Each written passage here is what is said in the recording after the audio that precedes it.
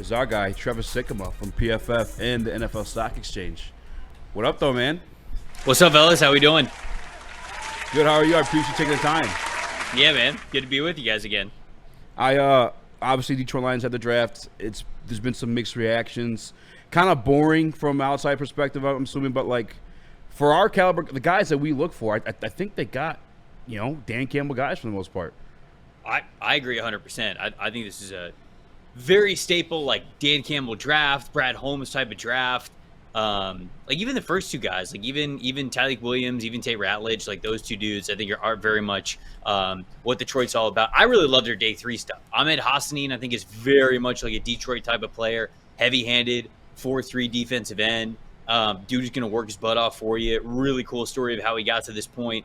Was one of the top CrossFitters in the world when he grew up in Egypt and when he was in middle school and high school, and then he comes over to America, ends up picking up American football, obviously goes to Boise State. But I think he's the type of dude that they're absolutely going to love. Miles Frazier as well. Like, if they want to lean more into the power running game, he is a guy to do it. And then Dan Jackson too. He was somebody who I was higher on the most. He's a former walk-on, worked his way on to be not only a scholarship athlete, but a rotational guy, and then a starter this past season. This dude will fly. He'll give you everything he's got. He'll be an ace on special teams, like, top to bottom. The only real pick that I feel like you could debate is the Tesla pick. And it's not even the pick itself. Like, I think he's going to be a good player for them. It's just a matter of, was it worth 2 future third-round picks to go up to get him? So the rest of it, man, I thought it was a very much a Detroit draft, and I mean that as an absolute compliment as a team that's put together one of the best rosters in the league. I had a full-blown crash out on the Tesla trade. Yeah, he did. It was bad. I had to take down the video. It was He embarrassing. deleted it off of Twitter because it was that bad. But looking at the Tesla stuff, and that is a reason, a lot of national people are, dismissing this draft again for Brad Holmes, which normally doesn't work out too well. But it was because I think Brad Holmes is so confident at the level of guys he can get in the 4th, 5th, 6th round that he sees third-round picks as either dispensable to move up or to take a swing on a guy like a Giovanni Manu or someone with a crazy upside. And he did both of those things in this third-round pick to move up to get this guy who's kind of a swing for the fences, dude. What do you think of Tesla and what he could be in this offense, especially with Johnny Morton, who likes to take shots down the field? Yeah, no, look, first of all, like, Brad Holmes did an unbelievable job building this roster, so who am I to criticize him? That's normally not a great way to operate. I just want to be clear. I just being like, no, I'll get day 3 gems. It's all good to go. Like, that's normally not what you want to do. But in terms of, like, Tesla himself, that's why, like, I've had these debates with people for really the last, like, 2 weeks since it happened, is I think the player will be good. Like, I didn't get to Tesla's full film eval until pretty late in the process, but he ended up being a top 15 wide receiver in the class for me. And the more I watched him, the more I was just like, dude, I think this guy's going to be a much better pro than he was a college player. Started out at his Hillsdale College, played there for a couple of years. Even the last couple of seasons at Nebraska or at Arkansas, he wasn't the guy in the offense. And so when you look at just his overall, like, production numbers, yeah, I think you're going to be disappointed. But he's built like an X receiver, one that they don't really have right now.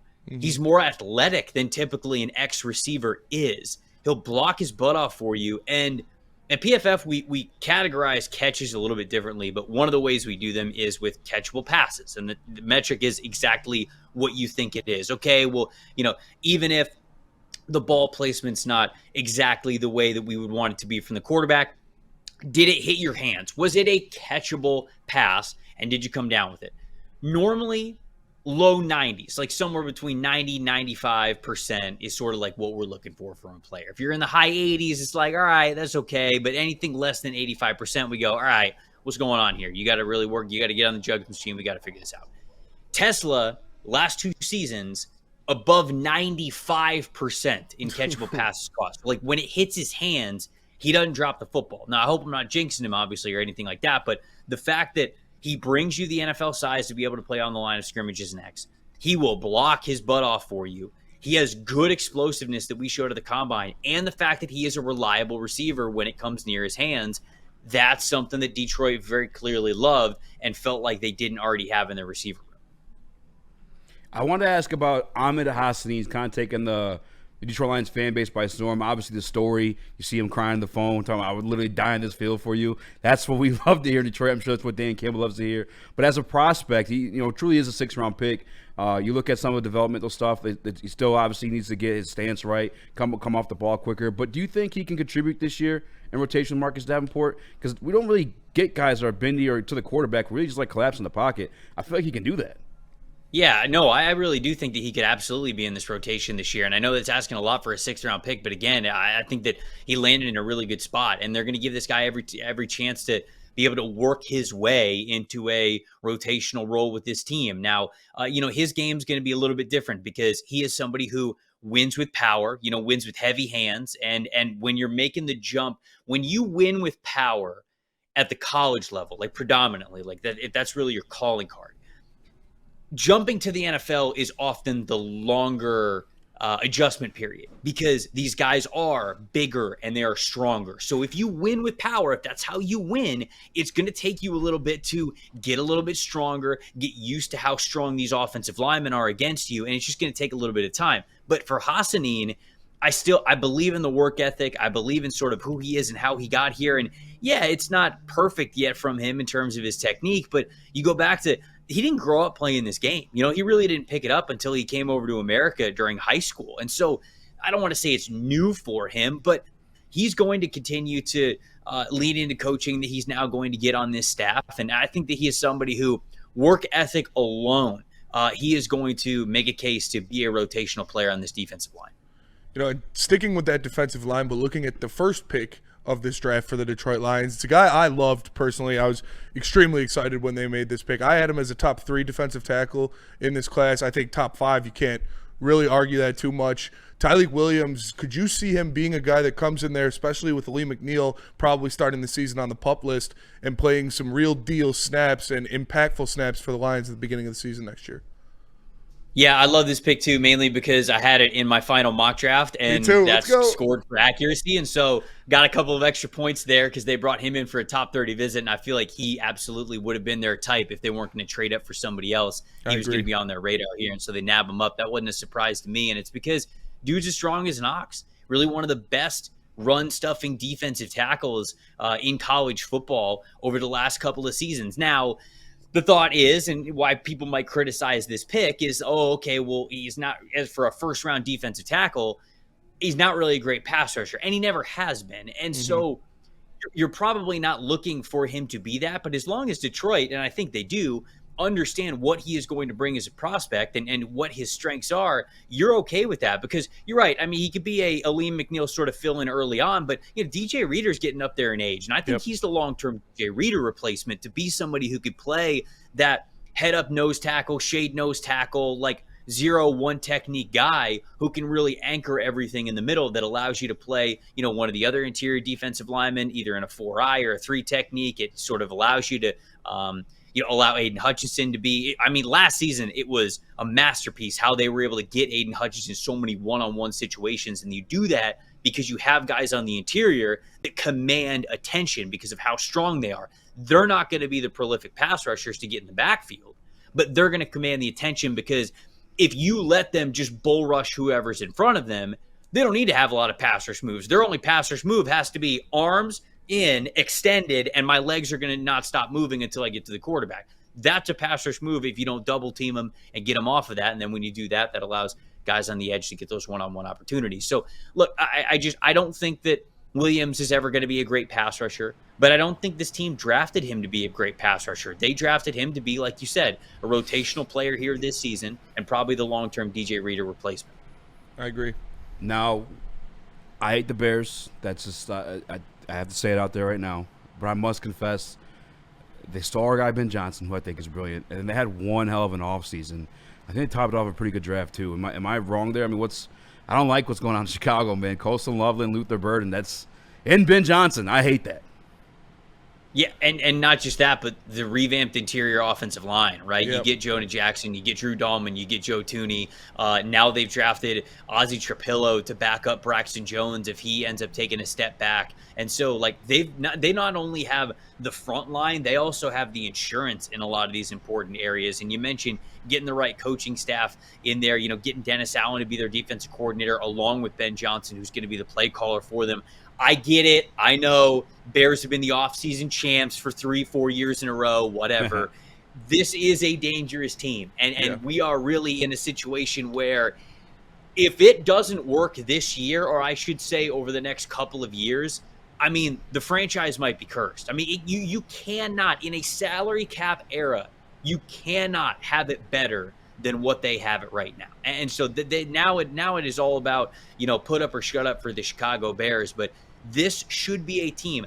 I will be picking the Chicago Bears to make the playoffs this year. I think I will have them as that second team in this division, one of the toughest divisions, if not the toughest division in the NFL. I still think that this is Detroit's division to lose. But with the changes with Minnesota and a new quarterback, you just never know how they're going to play, especially one that's coming off of injury. I think that the Packers will be good. Will they be great? I'm not so sure about that. Chicago would be that team that I would bet on to be the second place team in the NFC North.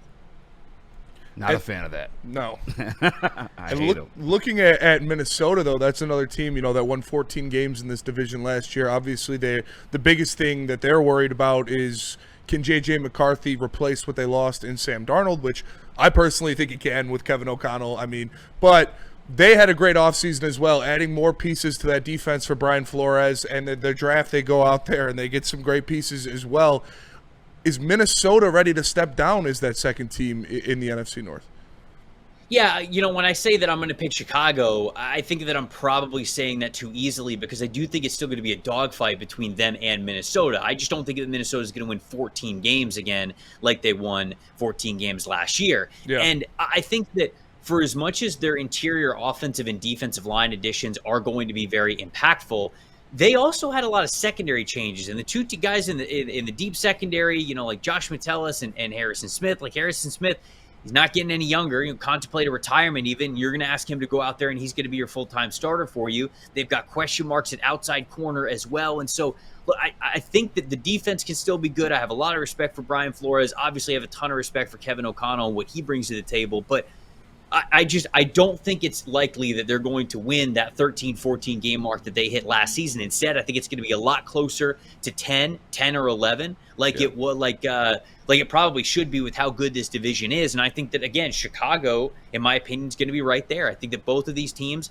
could be double-digit win teams, but it's all going to be about, okay, who wins 10, who wins 11. So the Vikings are not going to give up that second wild card spot there quietly if they do at all. But it's one that I would bet on Chicago if I was betting on one of them.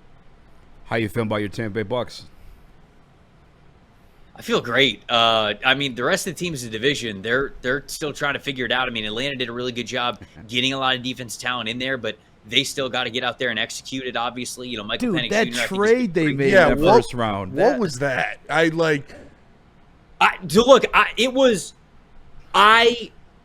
was so floored that they took a wide receiver. There were some draft analysts who I really respect, like Dane Brugler, Daniel Jeremiah, these guys.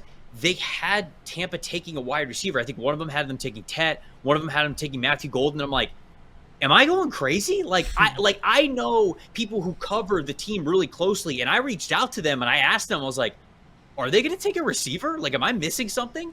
And everybody basically said, no, they're not going to take a receiver in the first round. They've got too many other needs at corner and pass rush and all that. And they take Ibuka, who, I'm going to be honest with you, if they were going to take one, he's the one that I probably would have told you they would have loved the most because he's a great dude. His prospect eval is just so damn clean. He plays so many different positions for you along the offensive receiver room. He can play X for you. He can play a Z. He can play in the slot. And so I did not expect them to take a wide receiver, but it makes sense for them long term because there's a reality where both Mike Evans and Chris Godwin could be gone from this team in 2 years, depending on how Chris Godwin looks post-injury and the fact that it's just how much longer does Mike Evans want to play.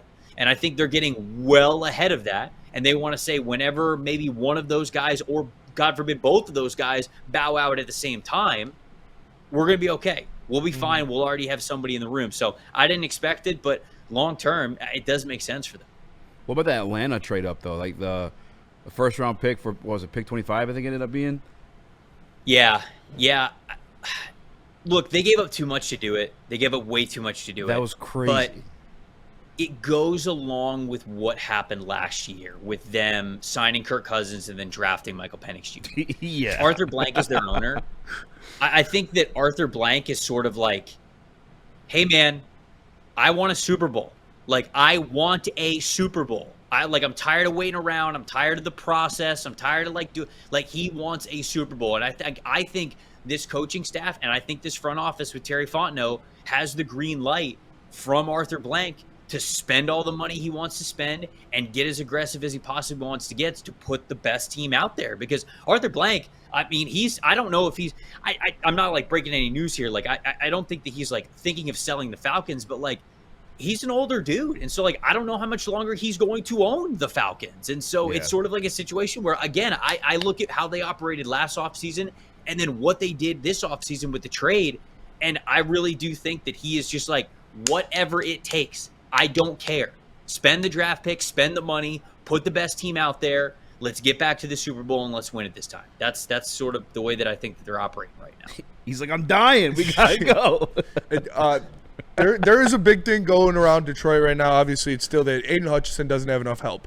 They've talked about, obviously, Ahmed hopefully can be something on that pass rush. They re-signed Marcus Davenport, which nobody expects him to play more than 3 games this season. But Zadarius Smith is still sitting out there waiting for a team to try to court him. Do you think the Lions are going to go all in there? Are they good with what they have? And what do you grade their pass rusher situation? Yeah, they were a team that, like, back end of the first round, I wondered if they were going to take the bait on, like, Donovan Ezeraku, right? Where you look at somebody who's sort of like a proven pass rusher, knows how to get in the backfield, knows how to rack up the tackles for loss in this.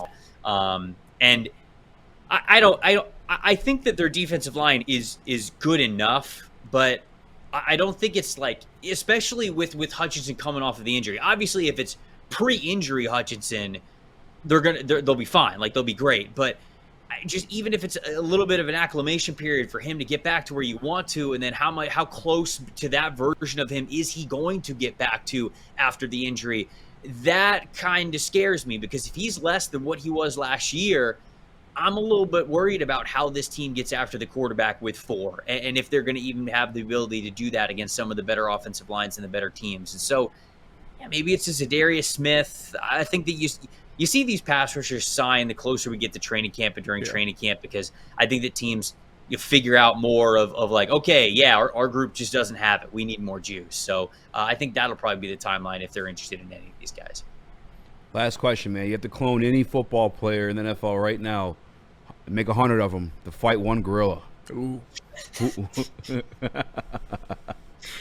Well, the cheat code answer of Aaron Donald isn't there anymore. Nope. That would be easy first That'd pick. be terrifying. Yeah, the gorilla would be scared shitless. Screw a gorilla. 100 Aaron Donalds would conquer cities. Like that's what I'm saying. Who's the next like strongest guy? Who do a couple of years ago I probably would have said like Trent Williams, but I mean, am I saying Trent Williams now? Maybe I'll go with it. Maybe I'll give the man his respect. I'll go with Trent Williams. He's a freak athlete, super strong. I'll go with 100 Trent Williams to take on a gorilla. What about we're partial to Penei Sewell, obviously, around here. Yeah, Penei, great option. I just thought of 100 Pene's doing a haka dance. I just thought of one going off of like surprise factor and just overall aggression. 100 George Pickens would do some damage. Like, that would do some damage. He'd be jump kicking the Jair gorilla. Alexander's would just talk so much crap to the gorilla, and the gorilla would just get fed up, and he'd be like, "I'm done. Actually, I don't want to." Yeah, I just give up. They're all walking out there as captain to talk to the gorilla before the fight. Trevor, man, I appreciate your time. You want to take this last few minutes to promote what you got going on? Sure. Yeah. Everything over at PFF.com, NFL Stock Exchange show as well on YouTube. We're digging into summer scouting for the 2026 NFL draft. If anybody's a sicko with us and wants to get in on that, we'll be doing that starting in a couple of weeks. So check out all that stuff. But appreciate you guys having me as always. Yeah. Thanks so much, man. We appreciate you joining. 100 Jair Alexanders. That would be a roast battle for the ages.